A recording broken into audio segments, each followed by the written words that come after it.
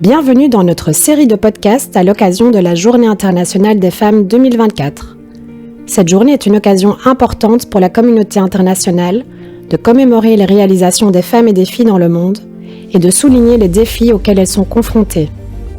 En 2024, l'Organisation internationale pour les migrations, l'OIM, se concentre sur le thème « Investir dans les femmes, accélérer les progrès en faveur de l'égalité des genres et d'une migration sûre ».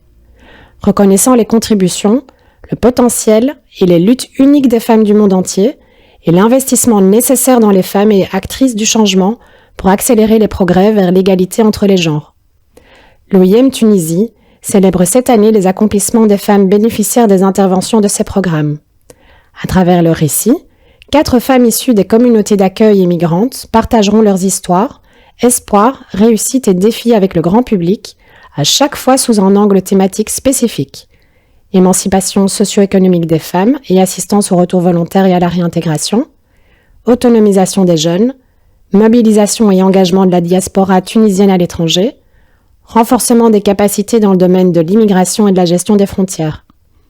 Ces témoignages seront couplés avec ceux des femmes membres du personnel de l'OIM Tunisie qui nous partageront leur vision sur différentes thématiques.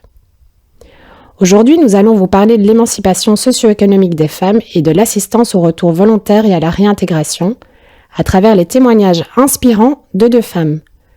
Mariam Diallo, originaire de la Guinée, a opté pour le retour volontaire depuis la Tunisie et Wafa Hamoudi, assistante à la réintégration de l'OIM Tunisie. Bienvenue à toutes les deux et un grand merci pour votre disponibilité.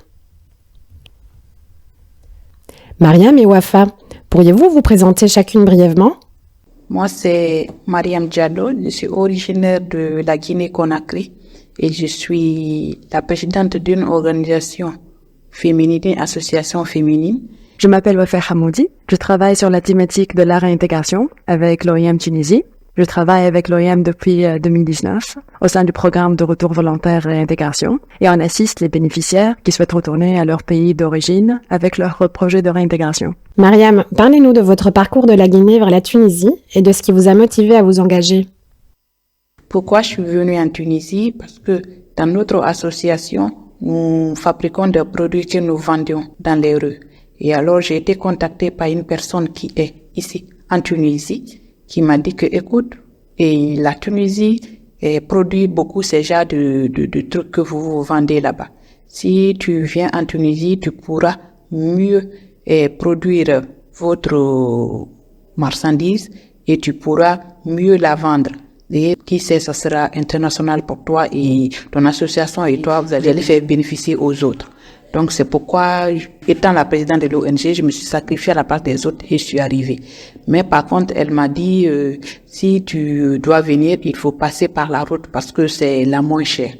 Mais ce qu'elle m'avait pas dit, c'est vrai que c'est le chemin est le moins cher, mais c'est le chemin le plus dangereux. Et c'est inégal. C'est quand j'ai pris le chemin que j'ai compris beaucoup de choses. Et voilà que aujourd'hui, je me retrouve dans une situation très difficile parce que je suis rentrée sur un pays où je suis illégale. Et retenez que quand je suis arrivée sur le territoire tunisien, ma camarade qui m'avait motivée à venir, qui m'a donné toutes ces informations, son numéro ne passait plus. Et elle a complètement coupé le contact avec moi. Quand je prends un autre numéro que je l'appelle, là, elle décroche. Dès qu'elle sait que c'est moi, elle raccroche. Et donc, je me suis retrouvée sans abri, sans personne pour me défendre. Et là, j'ai eu l'idée de contacter l'OIM. Mariam, nous souhaiterions continuer sur cette lancée et savoir comment vous êtes entrée en contact avec l'OIM Tunisie. Je suis rentrée en contact avec l'OIM grâce aux personnes que j'ai trouvées qui dorment en bas des arbres ou sous les jetons en brousse, des personnes sans abri comme moi. Quand j'ai dit que cette vie n'était pas faite pour moi et que la personne m'avait trahi, m'avait pas dit toute la vérité, ils ont dit OK, si tu veux te retourner, vas-y, va à l'OIM. Et ils m'ont donné le numéro de l'OIM. Et c'est comme ça que je me suis déplacée vers l'OIM. Et je suis arrivée et j'ai été accueillie. Au sein de l'unité de protection de l'OIM Tunisie, mes collègues et moi-même de l'équipe de réintégration, on propose aux bénéficiaires des sessions d'information sur la réintégration avant le départ. Ensuite, avec nos collègues du bureau de l'OIM dans le pays d'origine, on examine et on approuve leur plan de réintégration. Mariam, expliquez-nous le type d'assistance dont vous souhaitez bénéficier dans le futur. Maintenant, ce que j'attends de l'OIM est que l'OIM m'aide non seulement à rentrer chez moi, mais par contre à avoir un partenariat avec mon association qui lutte pour l'émancipation socio-économique de la femme africaine, pour que tous ensemble nous puissions empêcher d'autres femmes de prendre cette route, car elle est vraiment dangereuse. Le bonheur ne s'acquiert ce que ce soit.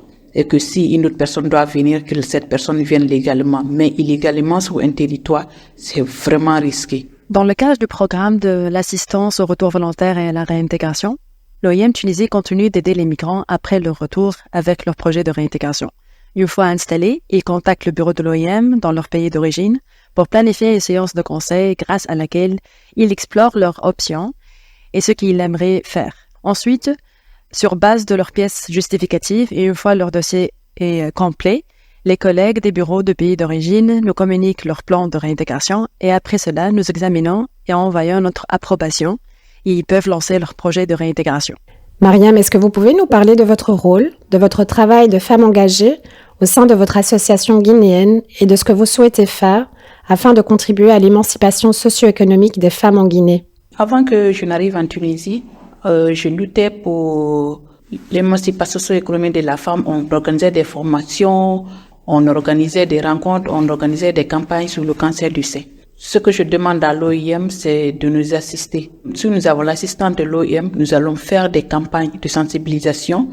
J'ai appris aussi ici en Tunisie une recette de nourriture que je compte mettre sur le marché.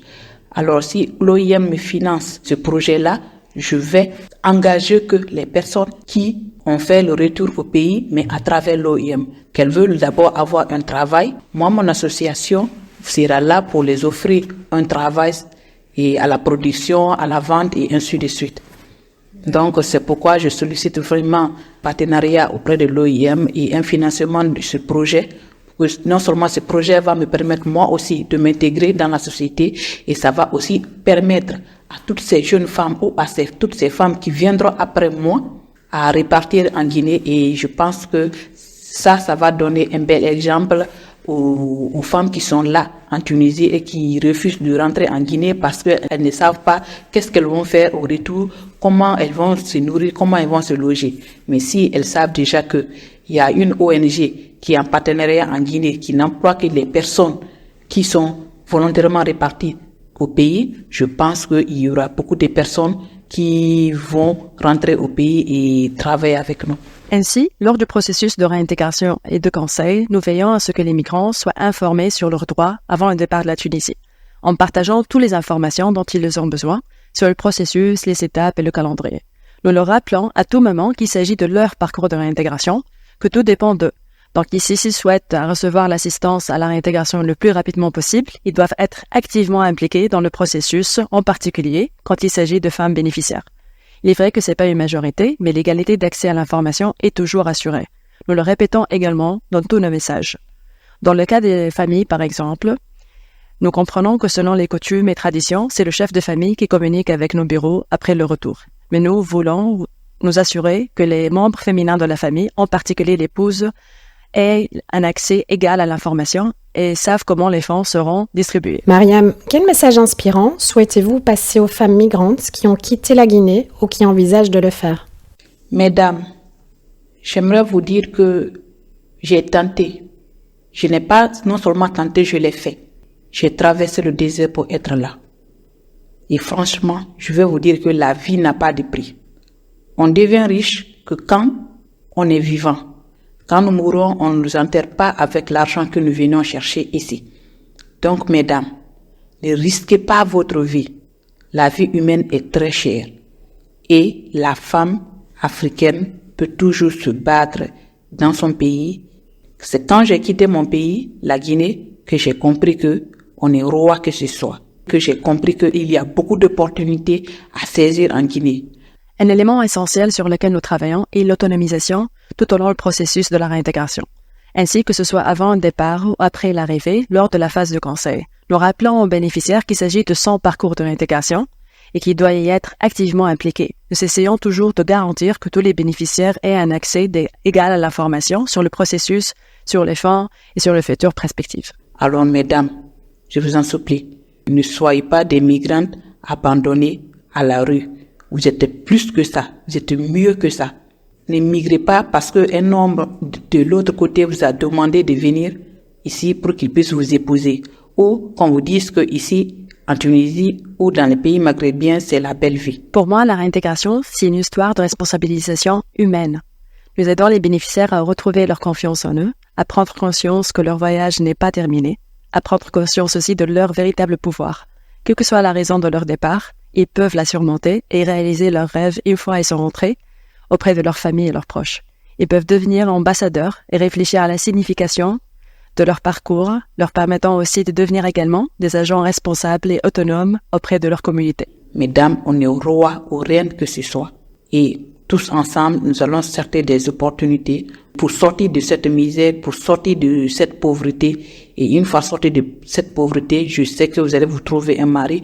Je sais que pour celles qui ne sont pas mariées, je sais que pour celles qui sont mariées ou qui ont des enfants, je sais que si vous sortez de la pauvreté, vous pouvez bien prendre soin de vos enfants. Mais tout ça, c'est quand seulement que vous êtes en vie. Si vous n'êtes pas en vie, vous ne pouvez pas rendre heureux vos enfants pour qui vous sortez. Vous ne pouvez pas rendre fiers vos parents et votre famille pour qui vous risquez votre vie. Alors, restez en vie, faites le maximum.